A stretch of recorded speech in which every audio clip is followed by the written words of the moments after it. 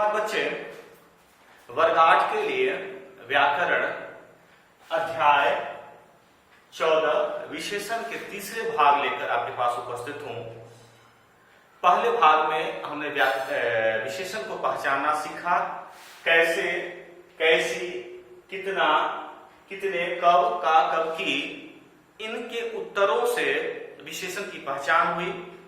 उसके बाद विशेषण की परिभाषा हमने सीखा।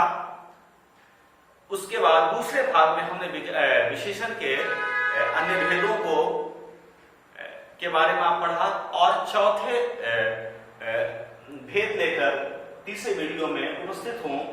तो इसमें इसके भेदों की बात हम करते हैं। चौथे भेद में आते हैं सार्वनामिक विशेषण।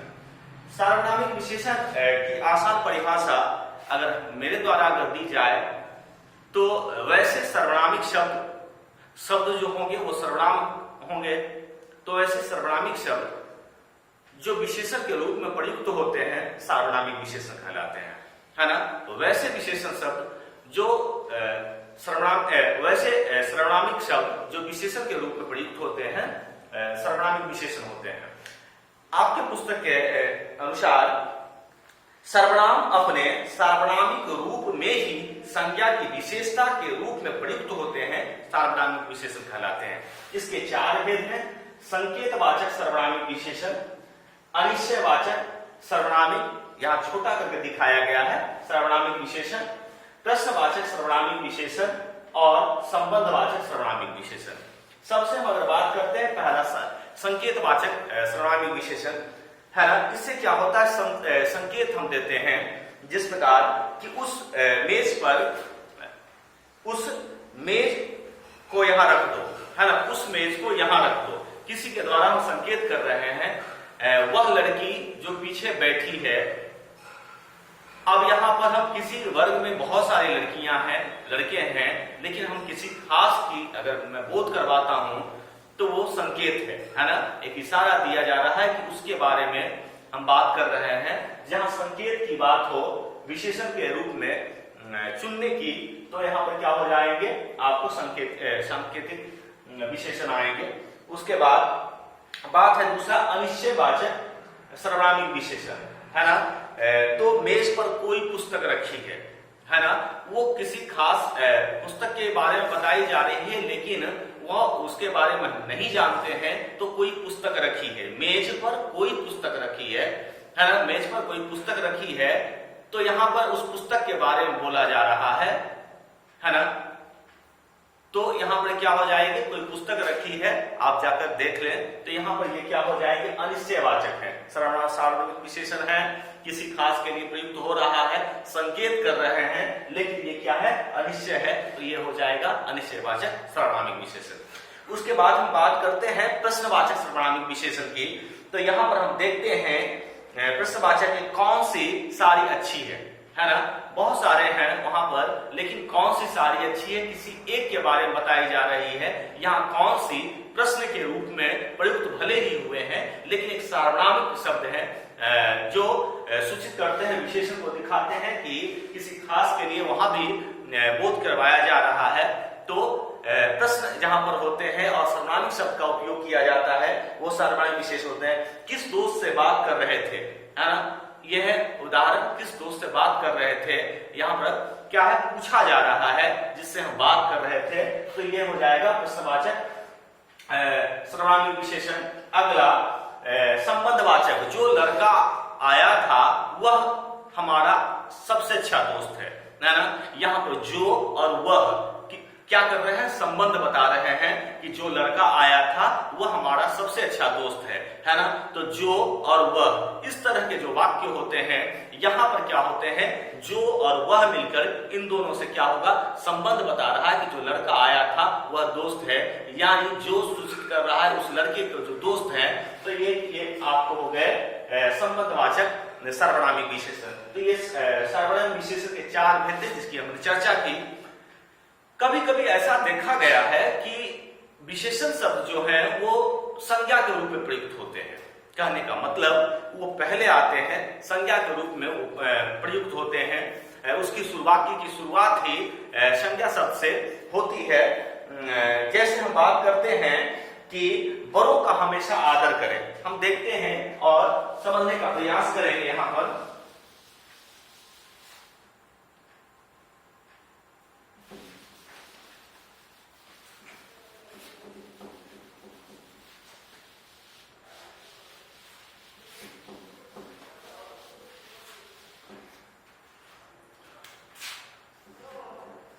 बड़ों का हमेशा आदर करो, बड़ों का हमेशा आदर करो। अब यहां पर है बात, ये बड़ों शब्द आए हैं, ये पूरी जाति को बोध करवाते हैं कि जो भी बड़े हैं आपसे, है ना, संज्ञा के रूप में प्रयुक्त हुए हैं। लेकिन ये बड़ा छोटा एक विशेषण शब्द है, तो विशेषण शब्द कभी कभी क्या होते हैं, संज्ञा के रूप में प्रयुक्त किए जाते हैं। तो बड़ों का हमेशा आदर करो, तो ये संज्ञा के रूप में ये प्रयुक्त होते हैं। तो हमने आपको बताया कि कभी कभी ऐसा होता है कि जहां पर विशेषण संज्ञा के रूप में प्रयुक्त होते हैं, वही समाप्ति की शुरुआत होती है, जैसा आपने देखा। विशेषणों की तुलना, इससे भी हम देखेंगे विशेषणों की तुलना हम किस प्रकार करते हैं, है ना। यहां पर 3 तरह की हम बात करना चाहते हैं, या अवस्था होती है ना, जिसको हम पहला बोलते हैं मूलावस्था। ये वास्तविक अवस्था होती है ना। दूसरा हम बात करते हैं उत्तरावस्था, और तीसरा होते हैं जिसे हम कहते हैं उत्तमावस्था।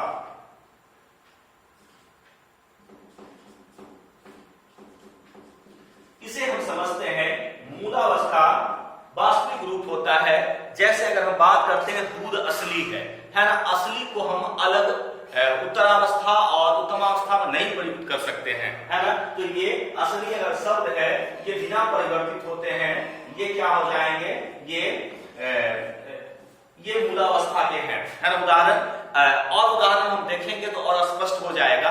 देखा गया है कि तत्सम शब्द में तर प्रत्यय लगाकर हम क्या करते हैं, पहले हम देखते हैं उत्तरावस्था के बारे में। तो उत्तरावस्था जब भी होता है, हम तुलना के रूप में इसका प्रयोग करते हैं, है ना। तुलना के रूप में प्रयोग करते हैं, तो उसे हम बोलते हैं उत्तरावस्था बोलते हैं, है ना। उसके बाद जहां पर सर्वोत्तम की बात होती है, वहां पर क्या होते हैं, मूलावस्था की बात करते हैं, है ना।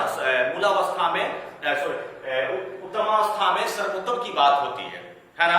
हम तत्सम में तर प्रत्यय लगाकर हम उत्तरावस्था बनाते हैं, और तम प्रत्यय लगाकर हम इसे उत्तमावस्था बनाते हैं। उदाहरण के लिए न्यून अगर शब्द है, शब्द अगर हम मानते हैं न्यून, है ना, तो ये अगर बन जाएंगे, तर प्रत्यय लगाएंगे तो हो जाएगा न्यूनतर, है ना, न्यूनतर। और इसका हम उत्तमावस्था बनाएंगे तो तम लगाएंगे और हो जाएगा न्यूनतम, है ना। ये होते हैं, ये अवस्था होती है। इसमें बहुत सारे उदाहरण हम देख सकते हैं। लघु, लघुतर, लघुतम, श्रेष्ठ, श्रेष्ठतर, श्रेष्ठतम, है ना। तो इस प्रकार ये अवस्था परिवर्तन होता है, जो हम देखते हैं मूलावस्था, उत्तरावस्था और उत्तमावस्था। इसके बाद रह जाती है विशेषणों का रूपांतरण, है ना। विशेषणों के रूपांतरण के बारे में देखते हैं। विशेषणों का रूपांतरण, है ना, देखा ये गया है कि आ छोड़कर अ, दोनों ई, दोनों उ और ओ, ये जो शब्द हैं, इसमें ये जो वर्ण आते हैं, इसमें कोई परिवर्तन नहीं होता है। लेकिन जो आ वाले होते हैं, है ना, जैसे पीला, तो ये क्या होते हैं, ये परिवर्तित होते हैं, है ना, लिंग के चलते। पपीता, पीला पपीता, पीली दाल, है ना। तो जो आ वाले होते हैं, वो विशेषण शब्द जो होते हैं, वो परिवर्तित होते हैं लिंग के आधार पर। कभी कभी कारक के आधार पर देखे जाते हैं, जैसे घोड़ा, अगर हम ने प्रत्यय लगाएंगे, है ना, तो वहां पर अगर हम वाक्य देखते हैं तो काला घोड़ा, है ना, काला घोड़ा दौड़ा और काला घोड़ा दौड़ता है और काले घोड़े ने दौड़ लगाई। तो ने विभक्ति लग जाने के चलते यहां पर क्या हो गया, काला से काले हो गए हैं। एक और बात बताने की रह गई जिसको बोलते हैं विशेषणों की रचना। हम विशेष्य से विशेषण की रचना करते हैं अलग अलग प्रत्यय लगाकर। जैसे धर्म से धार्मिक हो गया, है ना, मूल से मौलिक हो गया, नीति से नैतिक। ये जो बातें हैं विशेषणों की रचना, ये बच्चों के लिए खासकर पढ़ने की चीज है। आप प्रश्न सुनते हैं विशेष्य से विशेषण बनाए, तो इसका अभ्यास आप जरूर कर लेंगे। आपके पुस्तक में बहुत सारे उदाहरण दिए गए हैं, उन प्रत्ययों के आधार पर आप उसका इस्तेमाल करना सीख सकते हैं, नए नए शब्द आप सीख सकते हैं। धन्यवाद बच्चे, उम्मीद आपको ये अच्छी लगी होगी और समझ में आ गया होगा विशेषण। धन्यवाद।